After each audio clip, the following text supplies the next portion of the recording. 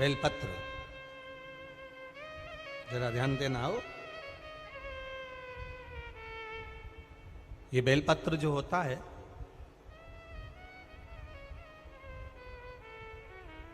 इस बेलपत्र पर कभी कभी आपने देखा होगा कि कई लोग बीच वाले पत्ते पर चंदन लगा देते हैं। ये जो बीच का पत्ता होता है, इस पर लोग चंदन लगा देते हैं। शिव महापुराण की कथा कहती है, अगर भूलवश भी अनायास आपके पास बेलपत्र भी नहीं है, शिव जी का चढ़ा हुआ बेलपत्र भी अगर आपने उठा लिया और उठाकर उस बीच वाले पत्ते पर एक चावल का दाना रखकर भी आप भगवान भोलेनाथ को समर्पित कर रहे हो, तो ये समझ लेना कि तुमने महीना, 2 महीना, 4 महीना, 6 महीना, 8 महीने में, हम तो हमेशा कहते आए हैं, आज फिर कर रहे हैं, 1 महीना पूरा हो जाए जल चढ़ाते, 2 महीना पूरा हो जाए जल चढ़ाते, 3 महीना पूरा हो जाए, 4 महीने पूरे हो गए, 6 महीने पूरे हो गए, या आपका साल भर पूरा हो गया, प्रयास करा करो, एक बीच वाले पत्ते पर एक चावल का दाना रखकर शिव जी को समर्पित करना। क्यों? जो तुमने पूर्व में जल चढ़ाया है वो चावल का दाना अक्षय, उसको अक्षत माना जाता है, अक्षय माना जाता है। मतलब तुमने अभी तक जो जल समर्पित करा है वो कभी समाप्त नहीं हो सकता, उसका पुण्य तुम्हारे खाते में चले गया, अब तुम उसको किसी को भी प्रदान कर सकते।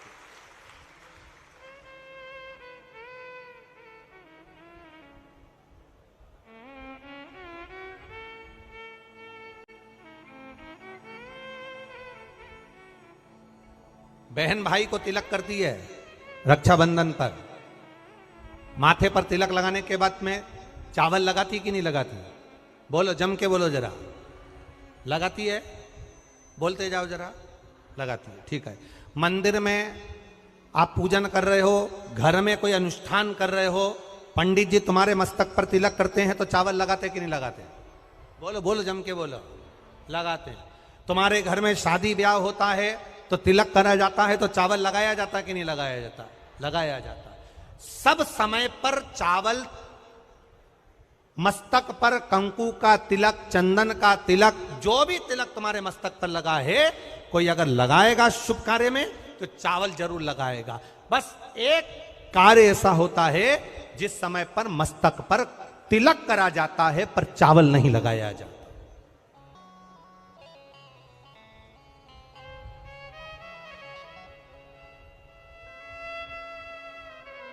एक समय ऐसा होता है जिस समय तिलक करा जाता है पर चावल नहीं लगाया जाता।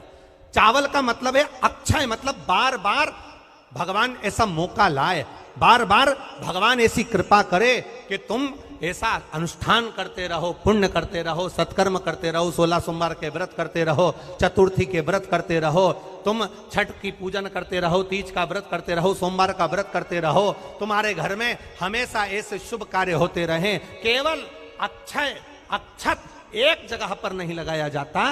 कब नहीं लगाते अक्षत को? मस्तक पर तिलक करते समय अक्षत कब नहीं लगाया जाता? केवल एक समय पर।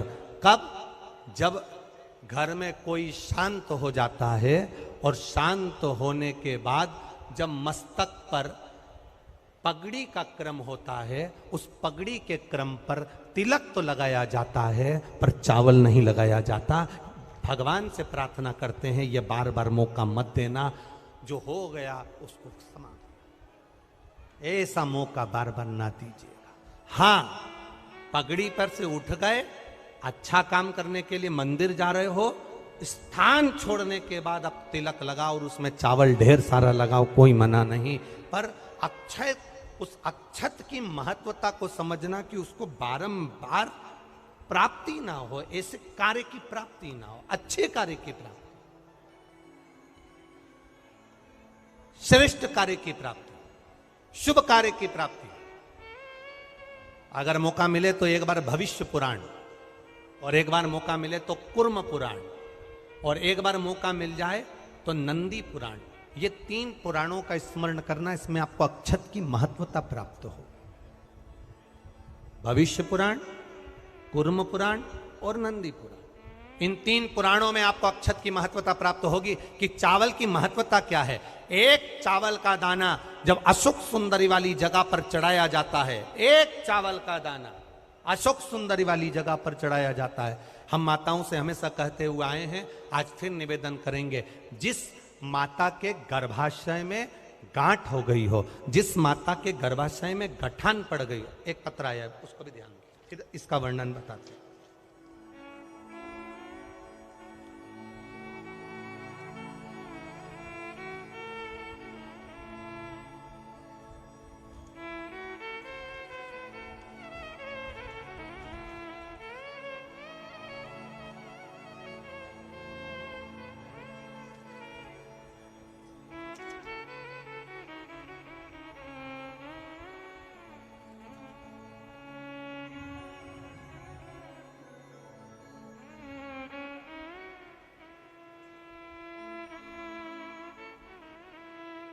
मैं गंगा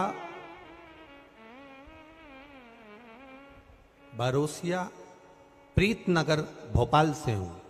कहीं बैठी हो तो हाथ हिला सकती हूं। मैं गंगा बारोसिया प्रीतनगर भोपाल से हूं। एक चावल का दाना और 1 लोटा जल, एक बेलपत्र का महत्व क्या है, इस पत्र को आप लोग टीवी चैनल के माध्यम से एलईडीओं पर भी पढ़ सकते हैं। हम जो पत्र पढ़ते हैं वो आप भी अपने आनंद के साथ उस पत्र को पढ़िए। मेरे पति को एक गांठ हो गई, उस गठान का ऑपरेशन डॉक्टर ने बोला, और गांठ इतनी विचित्र थी कि उठने बैठने में भी आफत कर रही थी। तब शिव जी पर एक चावल का दाना समर्पित करना, एक बेलपत्र समर्पित करना प्रारंभ करा। शिव जी पे चढ़ा हुआ जल पीना प्रारंभ करा। सीहोर गए, वहां से रुद्राक्ष लाए, उस रुद्राक्ष का जल शंकर भगवान को चढ़ाना प्रारंभ करा। जिन डॉक्टरों ने ऑपरेशन का कहा था, 22 दिन के बाद हम उनको चेक कराने के लिए गए तो गठान गल चुकी थी। एक चावल का दाना हमारे सुख का अनुभव करा देता। अगला वर्णन उन्होंने लिखा, गुरुजी बाबा ने एक कृपा तो करी, साथ में मेरे बच्चे के हाथ में सफेद दाग हो गया। तो सफेद दाग हो गया तो हमने डॉक्टरों का इलाज करवाना प्रारंभ करा। आयुर्वेदिक दवाई भी ली, पर वो दाग समाप्त नहीं हो रहा था।